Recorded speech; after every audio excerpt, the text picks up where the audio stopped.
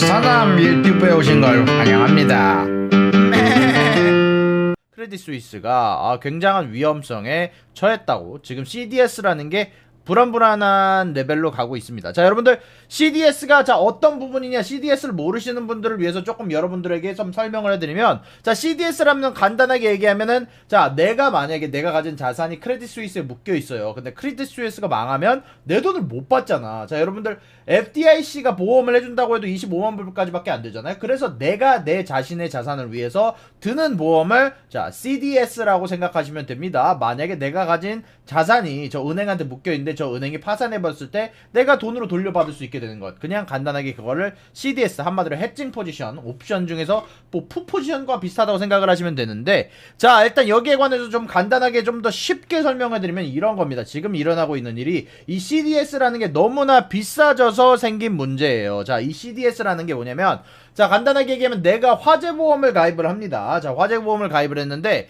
지금 내가 집이 불이 날 확률이 솔직히 얼마나 되겠어? 내 집이 불이 날 확률이 얼마나 되겠어? 높지 않겠죠? 그래서 내가 지금 집 가격이 만약에 10억이라고 쳐봐요. 그럼 보험료로 만약에 보통 많이 내봐야 한 100만원, 200만원 낼 거란 말이에요. 보통 같은 상황에. 근데 갑작스럽게 보험회사에서 이 집이 불이 날 확률이 너무 높다, 크레딧 스위스가 파산할 확률이 너무 높다라고 생각하는 보험회사들에서 지금 보험료를 맡긴 자산의 10분의 1의 가격을 측정하면서 사실상 지금 10% 확률로 크레딧 스위스 망할 것 같은데? 라고 생각을 하고 있는 겁니다. 자, 그러다 보니까 자, 지금 간단하게 정리를 하면은 지금 CDS라는 것 자체가 너무 가격이 올라가서 사람들이 이 크레딧 스위스의 자산이 망할 것 같다, 회사가 파산할 것 같다라고 생각하시는 분들이 많아가지고 지금 전체적으로 이 크레딧 스위스 전체가 주가가 폭락을 하고 있는 사태가 나오고 있는 건데요. 자, 근데 스위스 정부에서 일단 도와준다고 나서기는 했어요. 그리고 여러분들이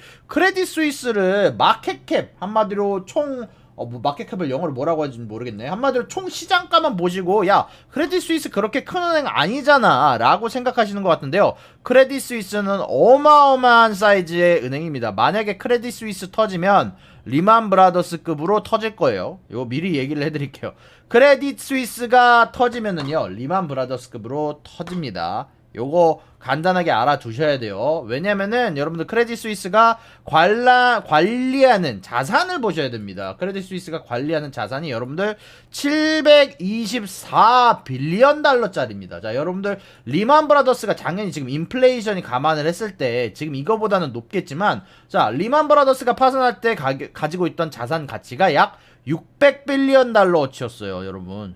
근데 그 600빌리언 달러어치의 리만 브라더스보다 큰 자산을 가지고 있는 게 크레딧 스위스입니다. 자, 그리고 이걸 그냥 단순하게 얘네들이 관리하고 있는 자산 가치를 비교를 해봤어요. 자, 비교를 해보면서 여러분들에게 간단하게 그림을 보여줬는데, 자, 이걸 보면은 시그니처 뱅크가 이게 미국에 있는 전체 50개 은행이 관리하는 자산의 사이즈입니다. 자, 여기 보시면 분명히 JP모건 3.2 트릴리언, 뱅크 오브 아메리카 2.4 트릴리언, 시티뱅크 1.8 빌리언, 웰스파고 1.7 트릴리언. 자, 그 다음에 어느 정도 여기 1 트릴리언에 가까운 1, 2, 3, 4, 5위에 해당하는, 미국 내 자산으로 따지면 5위에 해당하는 어마어마한 사이즈의 은행입니다. 혹시 몇몇 분들이 모르시는 것 같아서 제가 간단하게 정리를 해드렸어요. 쉬운 사이즈가 아닙니다. 그냥 간단하게 그림으로 비교를 해보잖아요. 자, 이게 2001년부터 2023년까지 망한 은행들을 비교를 하고 있는 겁니다. 자, 여기 보시면 2009년에서 2013년까지 어마어마한 수의 은행들이 망했어요. 그때 2008년 사태로 인해서. 자, 그럴 때 보면 워싱턴 뮤추얼이라는 은행도 어마어마한 사이즈로 여러분들이 알고 계시면 되는데, 자, 이 워싱턴 뮤추얼 300조 원을 관리하는 은행보다 더 큰 사이즈의 은행이, 제가 여기에다가 추가적으로 원을 그려놨는데 저 정도 사이즈의 은행이 무너지려고 하고 있는 거예요. 이 실리콘밸리 은행의 2배가 되면서 시그니처 은행의 5배가 되는, 거의 리만 브라더스의 사실상 필적하는 자산을 가지고 있는 은행입니다. 자, 한국이 아주 큰 공헌을 했습니다. 한국인 분이 아주 큰 공헌을 했는데, 빌황 아저씨가, 쏘아 올린 작은 공이 어쩌다 보니까 이렇게 크게 흘러가게 되네요. 아까 한 1시간 정도 전쯤에, 아까 여기서 크레딧 스위스에 관해서 스위스 정부가 우리가 백스탑을 마련을 하겠다. 크레딧 스위스 망하게 안 두겠다라는 얘기가 나왔어요. 그러다 보니까 지금 이런 부분들 관련해서, 오케이. 그럼 크레딧 스위스는 망하지는 않겠구나. 결국에는 또 미국 정부처럼 하나를 덮어두고 갈 수 있겠구나. 라고 얘기를 하면서, 결론적으로는 일단은 막아줄 것 같습니다. 크레딧 스위스가 무너지면요, 연쇄부도가 와요.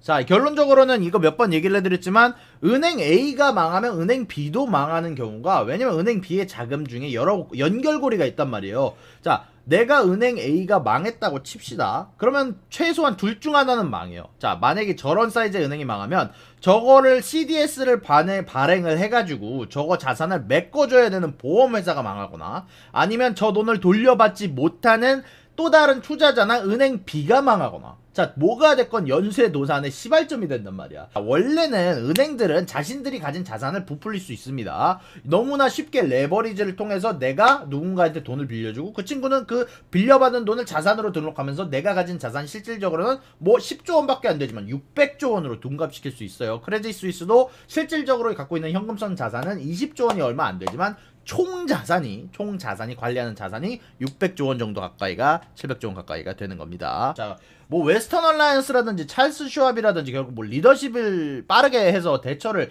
빠르게 해서 사람들을 안정시키고, 오늘도 사실 주가가 상승한 얼마 안 되는 은행 주식들 중 하나가 웨스턴 얼라이언스와, 자, 그리고 찰스 슈왑인데요. 사실 근데 여러분들 시그니처 뱅크 망한 거 아시나요? 이제 시그니처 뱅크에 관해서 좀 얘기를 해드리면, 원래는 많은 사람들이 이게 망한 이유가, 야, 코인 투자했다가 망한 거 아니냐. 사실 저도 그런 줄 알았어요. 저도 시그니처 뱅크가 코인 투자하다 망한 줄 알았는데 그게 아닙니다. 사실은 원래는 어제까지만 하더라도 그렇게 알고 있는 사람들이 많았는데, 이 뉴욕의 금융서비스부 DFS에서 발표를 했는데, 이게 암호화폐로 인해서 망한 게 아니고요, 그냥 퓨어하게 SVB가 망했잖아요. SVB가 망하면서 이 시그니처 뱅크도 문제가 없는 건 아니야. 많은 자금들이 보험이 안 돼 있는 자금이었어요. 90% 80%가 보험 처리를 못 받는 자금이었단 말이에요. 그래서 그 예금주들이 하루 만에 20조 원어치 혹은 17.8빌리언 달러만큼 은행에서 다른 은행으로 돈을 옮긴 거예요. 정확히 얘기하면 체이스 쪽으로 많이 갔다고 얘기를 하더라고요. 자, 어떤 CEO가 몇몇 인터뷰를 하긴 했는데, 어쩔 수 없었다. 나는 내 자금을 보호를 받아야 되는데, 그 과정에서 내가 먼저 내 자금을 보호하기 위해서 보다 대형 은행으로 돈을 옮기는 작업을 한 거다라고 하면서 20조 원에 해당하는 돈을 빼버린 거야. 자, 그리고 여기에서 물론 이 과정에서 문제가 없던 거 아니에요. 이 과정에서 예금주들을 안정시키는 과정에서 데이터를 제대로 규제 당국에 전달을 제대로 하지 못했어요. 그래서 은행이 압수를 당한 겁니다. 결국 근데 이 20조 원만으로도 은행 하나가 망할 수 있다는 걸 여러분들한테 보여드린 겁니다. 이 시그니처 뱅크의 총 예금액의 약 20%에 달하는 금액이었는데, 이제 결론적으로는 사실 정부가 빠르게 대처를 하기는 했죠. 결국에는 우리 정부가 채권 돈을 빌려주겠다. 만약에 니네 망하더라도 우리가 보험이 안 돼 있어도 돈을 책임져 주겠다라고 얘기를 하면서, 어떻게든 니네들 돈 인출 상태 망아줘 라고 얘기를 하긴 했지만, 사실 SVB 은행도 사실 이것도 아셔야 되는 게, 망한 기점은, 자, 파산의 기점은 420억 달러의 인출 요구입니다.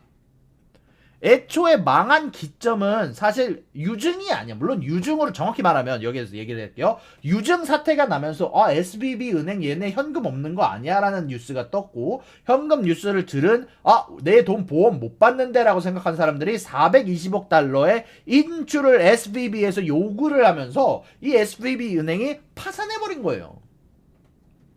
좀 다른 건데, 자, 결국 지금 은행들을 망하게 하는 요인은 말이죠, 사람들이 돈을 빼가는 사태입니다.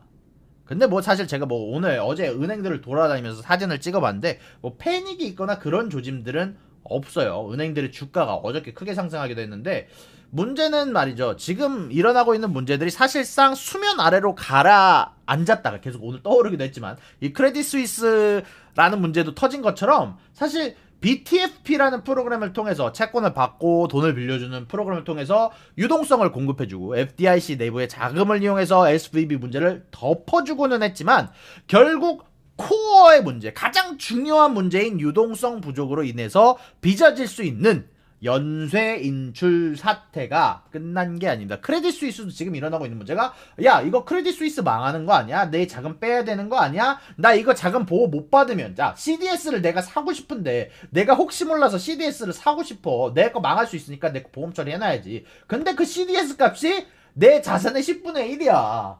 그럼 못하지. 내가 집보험을 하는데 우리 집이 불탈 확률이 10%래. 그래서 내 보험료가 내가 가진 총 자산의 10분의 1이야. 그게 어떻게 보험 처리가 돼요? 안 되잖아요. 그러니까 어떻게 해요? 그러니까 아예 그냥 이 은행에서 빼서 다른 은행에 넣자. 이런 연쇄 인출 사태가 크레딧 스위스에서도 일어날 수 있다고 생각을 하는 겁니다. 사람들이. 그래서 돈을 넣어주겠다. 돈을 빌려주겠다라는 얘기를 하고 있는 거예요. 어떤 그 건실한 은행이라도 예금된 자금의 20-30%가 한꺼번에 빠져나간다면 문제가 생긴다는 게 사실 이번 문제로 인해서 증명이 되었다고 보시면 되는데, 이런 부분들을 감안을 해서 지금 무디스에서 미국 은행들이랑 여러 은행들에 대해서 신용 등급을 하향 조정을 하기도 했고요. 지금 문제가 없어진 게 아닙니다. 문제가 지금 수면 밑에서 막 어마어마하게 다툼이 일어나고 있어요. 지금 CPI 지수도 다들 좀 잘 나왔다고 생각을 하시는데, 일단은 지금 좀 여러분들에게 좀 고민되는 부분들을 제가 어저께 연합경제에선 얘기는 하긴 했지만, 메나임 지수는 또 올라가는데 여러분들 CPI 내에서 중고차 지표는 내려가는 걸 봤을 거예요.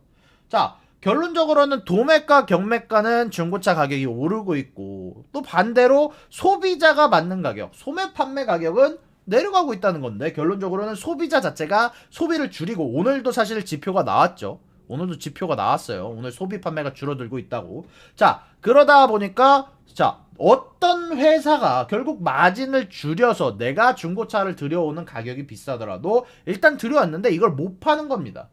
왜냐? 가격이 내려가고 있으니까. 이거 제가 저번에 ISM 제조업지수에서도 몇 번 얘기를 했죠. 자, 판매자와, 그러니까 전 간단하게 얘기하면 중개업자, 도매업자와 소매업자 사이의 연결고리가, 자, 도매업자는 비싸게 받고 싶어 하고, 소매업자는 아니 난 돈 안 받아도 돼, 난 재고 처리할래 라고 얘기하면서 그냥 안 받아버리면서 사실 사려는 가격하고 팔려는 가격의 차이가 생기고 있는 거예요.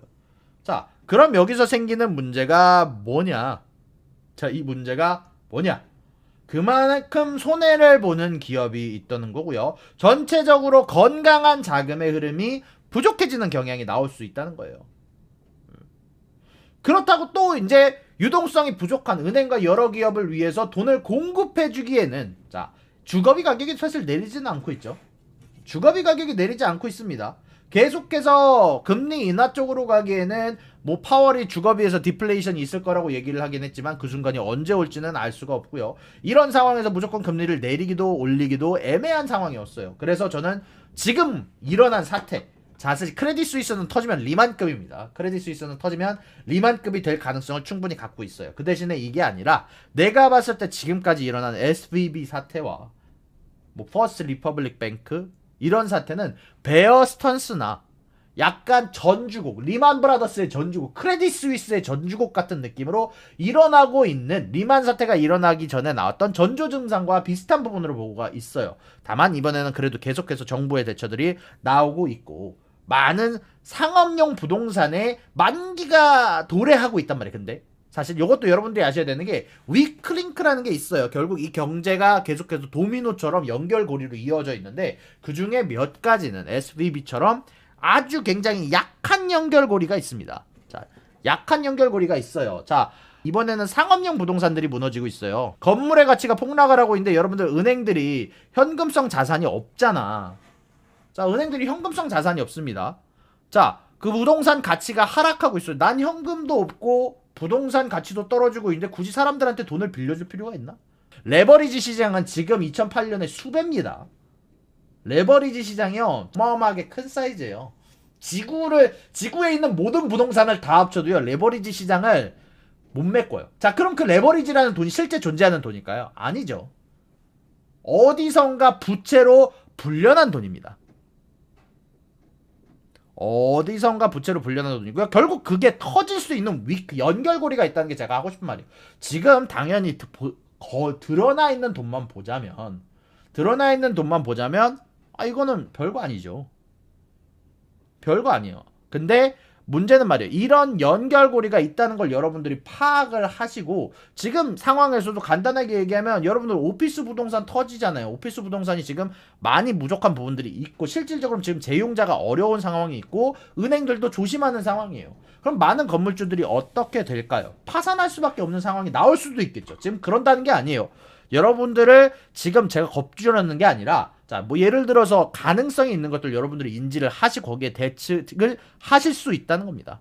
자, 지금도 미동부 최대의 레크리에이션 몰이 있어요. 자, 4천억 원을 들인 아메리칸 몰이라는 게 있어요. 아메리칸 드림 몰이. 자, 근데 이게 빌린 금액을 못 갚았습니다. 이 빌린 금액을 갚지 못하면서 소송을 당했다는 뉴스가 나오고 있어요. 자, 그럼 어떻게 할까요? 얘네가 파산하게 되면 얘네한 투자자들 망하고 얘네한테 돈 빌려주는 은행들 망하고. 자, 일단은 단기적으로는 이 모든 것들이 덮어졌습니다. 장기적으로 봤을 때는 근데 글쎄요, 물음표가 드네요. 결론적으로는 이건 빠른 금리 인상으로 인해서 생긴 폐해고, 언제든지 이 금리라는 게 해결이 되지 않는다면 weak link 혹은 약한 연결고리는 어디서든 생겨날 수 있다고 생각해요. 뭐 그게 여러 가지가 될 수 있겠죠. 뭐 일단 어제 대기업으로 평가받는 메타와 애플에서도 경기 침체를 대비하는 움직임이 나왔잖아요. 애플은 보너스 지급을 딜레이했고, 고용 동결을 발표했고, 메타는 추가적으로 10,000명을 감축했고, 결국 연준이 금리를 내리기 전까지는 사실 긴축을 진행 중인 동안에는 해결이 될 문제가 아니라, 자, 여러분들이 그렇다면 이거에 공포에 휩싸여서 풋을 해야 되냐, 숏을 해야 되냐? 그게 아니죠. 만약에라도 이런 문제가 생길 조짐이 보인다, 그럴 때 빼시라는 겁니다. 정부에서 왜냐면 계속해서 대처를 할 거기 때문에 아마 지속적인 리만급 폭락은 사실 나오기 어려울 거예요. 리만급 폭락이 나오기에는 정부들이 리만의 폭락을 겪었기 때문에 그거를 중간에 틀어막는 법을 알아요. 아, 내가 여기서 틀어막아야겠구나. 금융 안정성만큼은 지켜줘야겠구나. 자, 그래서 그런 부분들에 대해서 여러분들이 많은 관심을 가지고 대처를 해야 될 것으로 개인적으로는 보입니다. 자, 여러분들과 제가 해야 될 부분은 결론적으로는 이런 약한 연결고리들이 한두 가지가 아님을 알고, 긴축을 진행하는 고금리가 진행 중인 과정에서 이런 고리들을 인지하고 지속적인 관심을 가지고 보면서 연준이 금리로 인하여 도달하는 과정까지 문제가 생긴다면 빠르게 대처를 해야 되는 그런 눈을 길러야 된다고 생각을 합니다. 구독과 좋아요는 사랑입니다, 여러분. 유사남의 구독과 좋아요를 눌러주세요. 그리고 여기 있는 비디오도 여러분들을 위해 준비한 거니까 여러분들이 항상 살펴봐 주시면 감사하겠습니다.